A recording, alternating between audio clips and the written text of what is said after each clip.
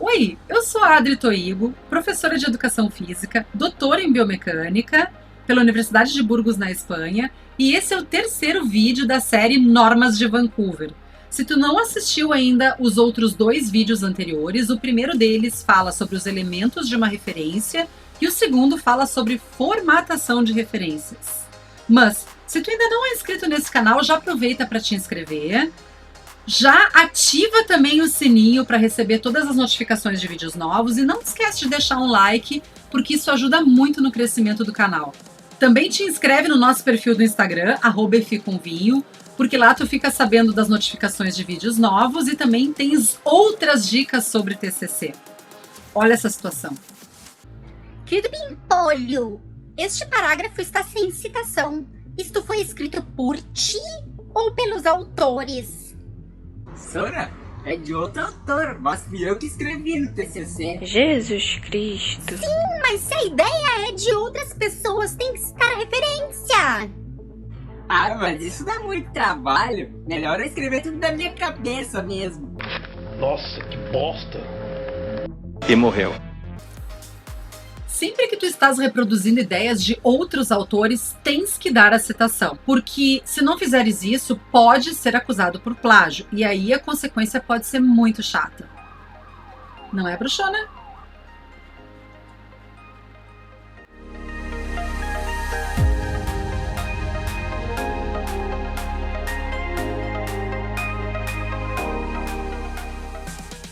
Existem formas diferentes de se fazer uma citação, e hoje a gente vai tratar das citações feitas pelas normas de Vancouver. Para isso, eu vou te mostrar alguns exemplos de artigos publicados pela turma do Efi com Vinho, ou, se for o caso, por artigos publicados por outros autores. O primeiro ponto a ser observado é que, pela norma de Vancouver, se faz a citação utilizando ordem crescente de aparição no texto. Não é bem esse tipo de aparição. É a ordem mesmo em que os autores são referenciados no texto, ou são citados no texto. Então, não vai ser, por exemplo, como é na ABNT, que se coloca as citações ao longo do texto e depois se colocam as referências todas em ordem alfabética no final. Por Vancouver, as citações elas vão acontecendo numeradas em algarismos arábicos na ordem de aparição, e lá no final das referências tu vais colocar essas referências na ordem de aparição, então não vai ser na ordem alfabética. E agora eu vou te dar uma dica preciosa, a dica do caldeirão de ouro da bruxa, que é a seguinte: na hora que tu colocares uma citação no teu texto, já imediatamente faz a referência no final, porque às vezes tu vai levar 1, 2, 3 meses para terminar esse texto. E será que tu vai saber quem era 1, 2, 3, 4 lá no final, já que isso não é por ordem alfabética? Então, a dica é: citou o autor, põe no final. Agora, Vancouver, ela é um pouco trabalhosa, porque se teu orientador disser que aquilo tem que ser suprimido e só apareceu uma vez, terás que reordenar o texto todo. Dá trabalho. Sim, é muito chato, mas tem que ser feito. Aí não tem choro. Se a instituição onde tu tá fazendo teu TCC pediu Vancouver, ou se a revista que tu tá querendo mandar teu artigo pediu Vancouver, é assim mesmo. Bom, existem organizadores de referências, a maior parte deles é pago, que faz isso de forma automática para ti e diminui o teu trabalho. Mas aí fica a teu critério fazer por um organizador, que pode inclusive conversar com editores como, por exemplo, o Word, ou então faz na mão. Eu sou roots, eu prefiro fazer na mão. Aí vai da habilidade de cada um. Então, a gente vai usar essa forma somente numérica, em ordem crescente, conforme aparece no texto, e eu tô te deixando um exemplo aqui do meu lado. Ou então tu pode fazer isso de forma alfanumérica, conforme esse outro exemplo que eu tô te dando, quando é o caso de começar uma frase para não começar ela com um número. Então, eu não começaria isso 5 atribuem as tecnologias de sensoriamento a uma nova classe de jogos. Ficou esquisito. Então, Melos et al., Melos e colaboradores, aí sim, 5 atribuem as tecnologias, blá, blá, blá. Nesse caso, a gente coloca o nome dos autores, et al., porque são vários, e o algarismo 5, que vai remeter lá no final das referências a quem escreveu esse artigo. Agora a gente vai falar sobre citações diretas. Numa citação direta, usamos exatamente as mesmas palavras dos autores. Então, precisamos usar alguma forma que identifique ao leitor que isso foi feito. No caso das normas de Vancouver, vais colocar essas citações entre aspas. E se fores suprimir alguma coisa, digamos que tem uma parte daquele parágrafo, daquela frase daquele autor que não agrega sentido ao que tu estás escrevendo e pode ser perfeitamente suprimida sem comprometer a ideia do autor, faça isso entre colchetes, colocando 3 pontinhos. E aí o leitor vai saber que uma parte da ideia original do autor foi suprimida por ti. A outra coisa que deves fazer é, quando fores destacar uma ideia do autor por tua conta e não por conta dele, vais colocar, por exemplo, negrito, sublinhado ou itálico. Aí tens que observar qual é a norma de formatação a qual estás te submetendo, se é a norma da instituição para a qual estás fazendo o TCC ou a norma de uma revista.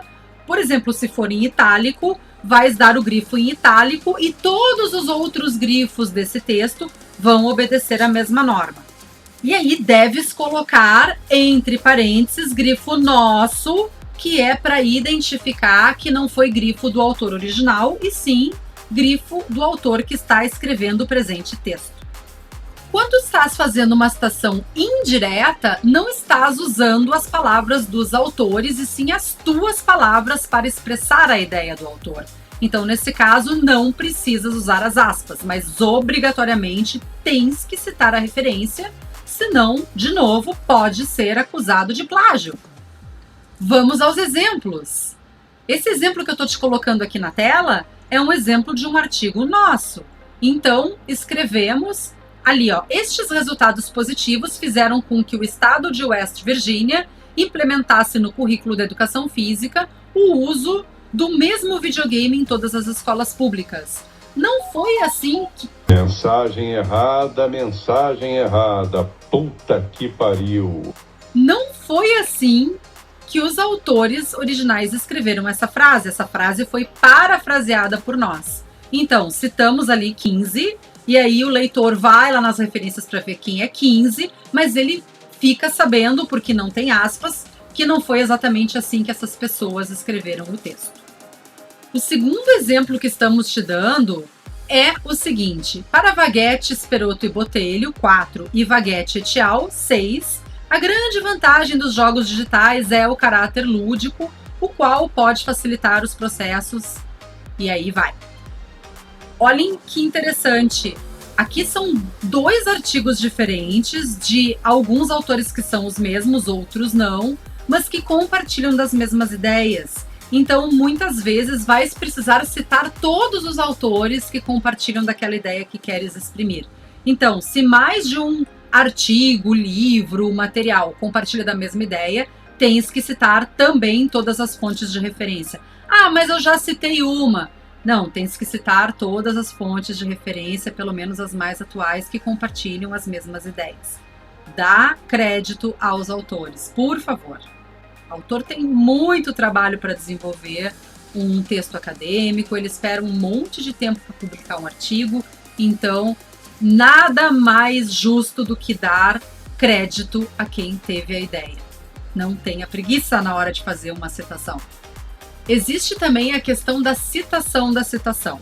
E aí o recurso é o APUD. APUD significa dentro de. Então, digamos que eu estou com um artigo na minha mão, escrito, vamos lá, pelo GRU. E esse artigo tem uma ideia interessante que eu quero citar no artigo que eu estou escrevendo. Então, é o artigo do GRU falando de uma ideia, ele está dando uma citação de um outro autor. Eu quero citar esse outro autor. Esse outro autor, eu tenho que ir para uma biblioteca, ou eu tenho que ir para a internet e buscar essa ideia para eu poder fazer uma citação direta ou indireta. E aí poder citar esse autor que estava dentro do artigo do GRU e que eu gostei. Entenderam a ideia? Então, fui lá, achei o artigo desse autor e agora eu posso fazer uma citação direta ou indireta. Mas digamos que eu não encontrei em lugar nenhum esse artigo, esse livro, esse material. Então, o que eu vou fazer? Eu vou fazer uma citação da citação. Então, digamos que o GRU citou o Papai Noel. Aí eu não achei o artigo no qual o Papai Noel disse que todo dia 24 ele passa na casa das crianças para entregar presentes. Eu queria citar Noel P e não posso, porque eu não achei esse material. Então eu vou citar Noel, Apud, GRU, e aí eu vou dar o numeral que corresponde à posição dele no texto. Então, ó, Noel, Apud, que significa dentro de GRU. Por quê? Porque o artigo do GRU é o que eu tenho na minha mão.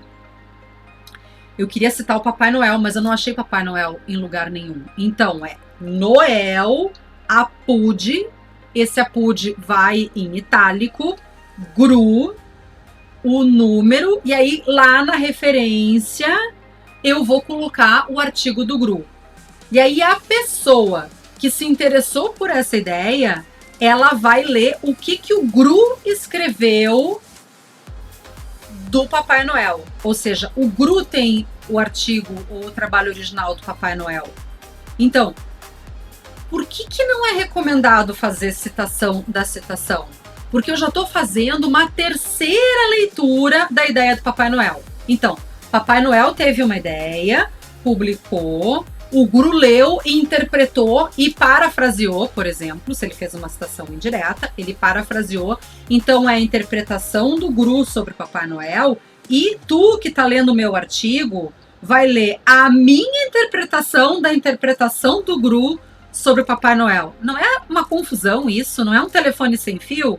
Então, para evitar esse tipo de confusão, o ideal é sempre ter a referência original. E a comunidade científica, quando ela olha para um Apud, ela começa a questionar se aquele autor não foi preguiçoso no sentido de não ter tido paciência para procurar o artigo original. Fez sentido? Então tá bom. Outro ponto são as notas explicativas. E aí, essas notas podem vir na forma de nota de rodapé e são usadas para comentários, esclarecimentos, indicações de fontes ou explanações que não possam ser incluídas no texto ou na lista de referências. E aí também citações de canais informais ou de comentários feitos numa palestra ou trabalhos não publicados ou em fase de elaboração. A gente coloca isso em notas, também com uma sequência numeral, consecutiva para cada capítulo ou parte, e a gente não vai começar uma nova sequência a cada nova página. Também a gente deve fazer citação de marcas comerciais. Então, muitas vezes a gente vai precisar, num estudo científico, reportar qual foi o eletromiógrafo que foi utilizado, ou se a gente fez uma coleta de frequência cardíaca, qual foi a marca do frequencímetro, ou nesse trabalho que eu citei para vocês que a gente utilizou videogame, então qual foi o videogame, qual foi a marca do fabricante. Isso tudo é bem importante na hora de dar a citação, para que, se a pessoa queira utilizar as mesmas ferramentas, ela saiba exatamente como proceder para fazer a coleta de dados. Então, quando fores utilizar a citação de equipamentos, elas devem figurar entre parênteses após o nome do produto. Então, mais uma vez, eu reforço que o que mais dá trabalho nas normas de Vancouver é se tu deixar para citar a referência no texto e, na hora, não colocar a referência no final. Isso é a treva e tu vai realmente querer ter nascido no reino vegetal.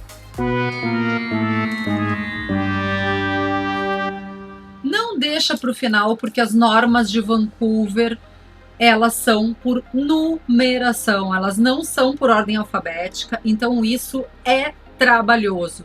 Se não anotares o artigo, como saber quem era 2, 24 ou 112? Mas, professora, tem como um trabalho ter tudo isso de referências? Ah, tem. Se for uma tese de doutorado, pode passar muito disso. Eu já falei isso, mas não custa reforçar que as normas de Vancouver não contemplam o restante do trabalho, tipo os elementos pré-textuais, o corpo do trabalho, capa, nada disso. Aqui no Brasil, normalmente o povo usa a ABNT, mas eu reforço que é sempre bom olhar cuidadosamente as normas da tua instituição ou as normas da revista na qual tu pretendes publicar o teu artigo. Pra gente terminar, não te esquece de te inscrever no canal, ativar o sininho para receber todas as notificações, deixa um like para ajudar o canal a crescer. Se tu ainda não é inscrito no Instagram, te inscreve, porque é lá que a gente deixa um monte de dicas sobre TCC, tu fica sabendo as datas das nossas lives. E se tu ainda precisa de mais ajuda, chama a gente pelos nossos canais de atendimento para contratar uma mentoria do TCC Campeão. Por hoje era isso. Um beijo da bruxa e até a próxima!